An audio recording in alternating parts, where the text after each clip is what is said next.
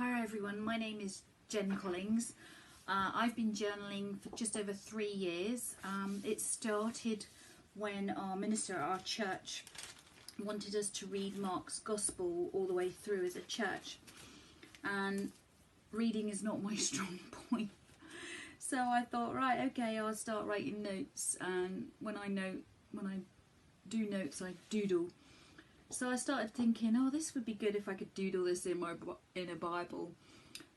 So I went online to see if I could find a old-fashioned kind of Bible that I could just write notes in, like my dad used to do. And I found there were loads of people online doing Bible journaling. I didn't even know it was a thing. So I carried on, and you can see the blue line goes on and on and on and on, and realised that you can prep your pages because it's only thin. But I just asked God to talk to me through it, and I really started enjoying it, and I started to remember Bible verses that I could never remember before. I'm not very good memory for that. So that's where my journey started, and then I started seeing stuff on Pinterest and started following UK Bible journaling groups, and just got more and more into it, found new ways of doing things. And then I had a massive impact on one of the pages, which I'll tell you a little story about if you like. So I'll tell you that in a moment.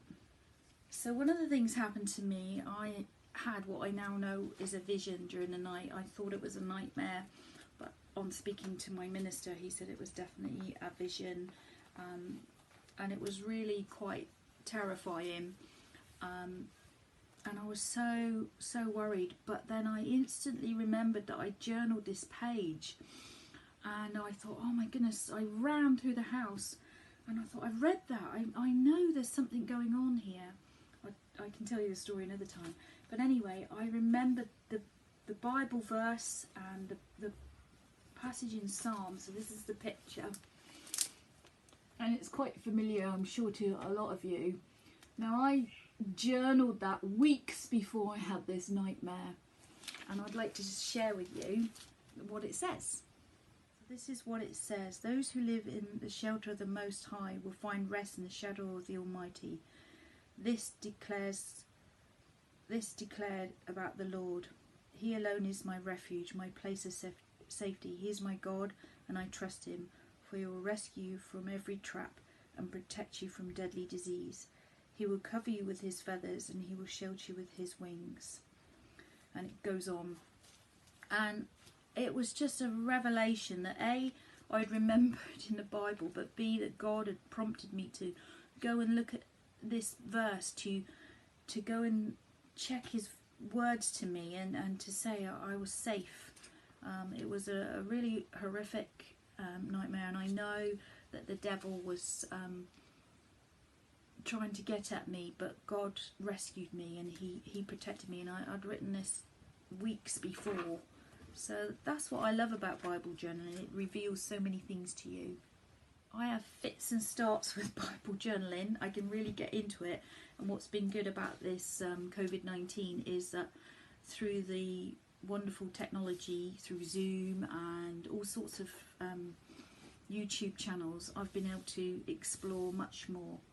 So it got to a point with my journaling that it was becoming a bit more about me and about the art. And although I want to be really good, and a lot of that's about my self-esteem and being told I was rubbish as a child, quite frequently, and that I was no good for anything.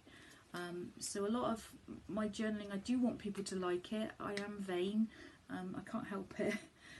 But that's more about my self-esteem rather than other people not being good. I teach a lot of craft, and my joy and my pleasure is to see people just enjoying themselves, and for me to facilitate that.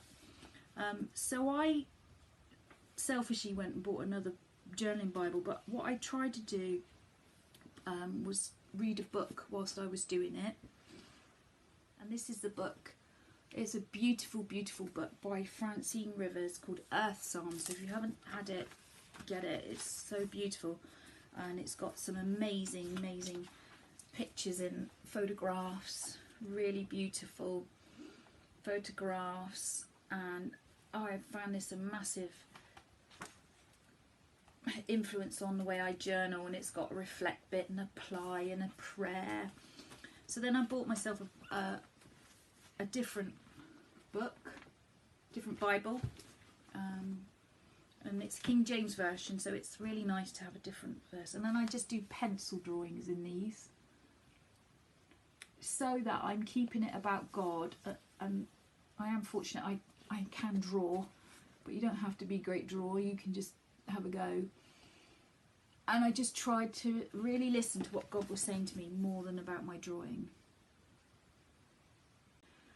And recently I've been doing Pentecost, and our minister gave us a link to a daily Pentecost reading. So I've been cutting these out here, and then whatever I think the Spirit is saying to me, I'm using stickers, I'm using pre-printed stuff, and I'm just going through and I'm just seeing what, and some days I don't catch up on time, so I stick 3 in, and I'm determined to do the 6 weeks in the hope that lockdown might be better.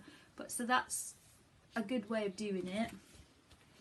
And then the Zoom thing that we've been doing recently, which is absolutely amazing, and Heidi has helped me enormously with looking at cutting out collages, and oh, it's been such fun. I really enjoy it. And the good thing about that is you don't have to think about artwork.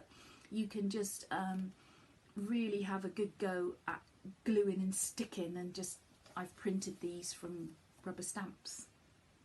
So that's me. If you want to have a look at any of my work, just contact me. It's Jenn Collings. I do Blueprint Bible Journaling is my Bible journaling page. I've got loads of other craft pages that I run, and sewing and all sorts.